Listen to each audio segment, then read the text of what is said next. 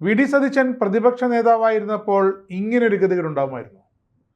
പ്രതിപക്ഷ നേതാവ് പിണറായി വിജയനും മുഖ്യമന്ത്രി വി ഡി സതീശൻ, തൊട്ടു പിന്നാലെ കോൺഗ്രസ് മന്ത്രിമാർ, ചെറുപ്പക്കാരായ കോൺഗ്രസിൻ്റെ MLA മാർ അവരെല്ലാം കയറി ഇറങ്ങുകയാണ്.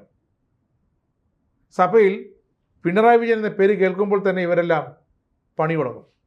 ഇതാ വനം മന്ത്രി ഷിബു ബേബി ജോൺ വരെ സഭയ്ക്കകത്തിട്ട് പിണറായിയെ പൊളിച്ചടുക്കിയിരിക്കുന്നു. എന്താണ് ഷിബു ബേബി ജോണിന്റെ പരാതി? വനമല്ലേ, ആർക്കും കയറി മേയാമല്ലോ എന്ന് കരുതി കാടടച്ചങ്ങ് വെടിവെച്ചു പ്രതിപക്ഷ നേതാവ്.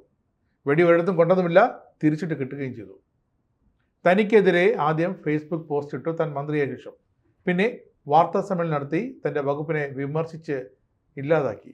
എല്ലാം കൂടി ഇന്നാ പിടിച്ചതെന്നായി ഷിബു ബേബി ജോൺ. കേരളത്തിന്റെ പ്രതിപക്ഷ നേതാവ് ഈ ഗവൺമെന്റ് അധികാരത്തിൽ വന്ന് ഞാൻ ചുമതലയേറ്റ് 17ാമത്തെ ദിവസം ആദ്യത്തെ ഫേസ്ബുക്ക് പോസ്റ്റ് ഇട്ടു സർ. അതിനുശേഷം രണ്ടാമതൊരു പോസ്റ്റ് ഇട്ടു.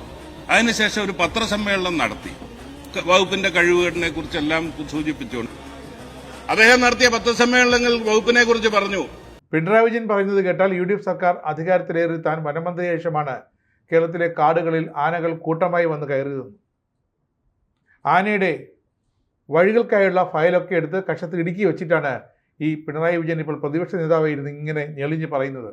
എന്തായാലും നാണമില്ലേ പ്രതിപക്ഷ നേതാവേ എന്നാണ് ഷിബു തിരിച്ചു ചോദിച്ചത്. സർ, ആദ്യത്തെ 6 മരണങ്ങളുണ്ടായി സർ. ആനയുടെ അറ്റാക്കിൽ 6 മരണം ഈ കാലയളവിലുണ്ടായി. ആദ്യത്തേത് മേപ്പാടിയിലാണ് സർ ഉണ്ടായത്. കഴിഞ്ഞ ഗവൺമെന്റ് സമയത്ത് ചൂരൽമലയെ തുടർന്ന് നിലമ്പൂരേക്കുള്ള കോറിഡോർ പോയിട്ടുണ്ട്. അത് പുനഃസ്ഥാപിച്ചില്ലെങ്കിൽ മേപ്പാടി അടക്കമുള്ള പ്രദേശങ്ങളിൽ ആനയുടെ സാന്നിധ്യമുണ്ടാകും, അപകടമുണ്ടാകുമെന്ന റിപ്പോർട്ട് കൈവച്ചിട്ട് അനങ്ങായിരുന്നിട്ടാ പറയുന്നത് ഈ ഗവൺമെന്റ് കുഴപ്പം കൊണ്ടാണെന്ന്. സർ, അതിരമ്പള്ളിയിലെ പ്രശ്നം ഈ ഗവൺമെന്റ് പ്രത്യേക ഉത്തരവ് കൊടുത്തുകൊണ്ടാണ് സർ പൈനാപ്പിൾ കൃഷി ആരംഭിച്ചത്. 2021 വരെ ഒരു മരണം പോലും നടന്നിട്ടില്ലാത്ത അതിരമ്പള്ളിയിലാണ് അതിനുശേഷം നിരന്തരം മരണം ഉണ്ടായത്. ആരാണ് സർ ഉത്തരവാദി? സർ, ആർലം ഫാമുമായി ബന്ധപ്പെട്ട് കേരളത്തിന്റെ ഹൈക്കോടതി പറഞ്ഞത് it is A governance failure എന്ന് കേരളത്തിന്റെ ഹൈക്കോടതി പറഞ്ഞു. സർ, ആറിന് ഭരിച്ചപ്പോഴാണ് സർ പറഞ്ഞത്. ചിന്നക്കനാലുമായി ബന്ധപ്പെട്ട വിഷയം, ഞാൻ സമയക്കുറവ് കാരണം എല്ലാത്തിലേക്ക് കടക്കുന്നില്ല. ചിന്നക്കനാലുമായി ബന്ധപ്പെട്ട് 18 ആനകൾ സ്ഥിരമായിട്ട് അവിടെ ഉണ്ട്. കഴിഞ്ഞ ദിവസം അവിടെ പോയതാണ് സർ, ജനവാസ മേഖലയിൽ. അവിടെ ഹൈക്കോടതി ഇടപെട്ട് കമ്മിറ്റിയെ വെച്ച് ഗവൺമെന്റ് നിഷ്ക്രിയമാണെന്ന് കണ്ടുകൊണ്ട് കമ്മിറ്റിയുടെ നിർദ്ദേശമാണ് ഇപ്പം നടപ്പിലാക്കിക്കൊണ്ടിരിക്കുന്നത്. അല്ലെ, ഈ കാലയളവിലെല്ലാം ഇവരുടെ ഈ പ്രവർത്തനത്തിന്റെ ദോഷം പരിഹരിക്കുന്ന ഒരു പ്രക്രിയയിലാണ് സർ.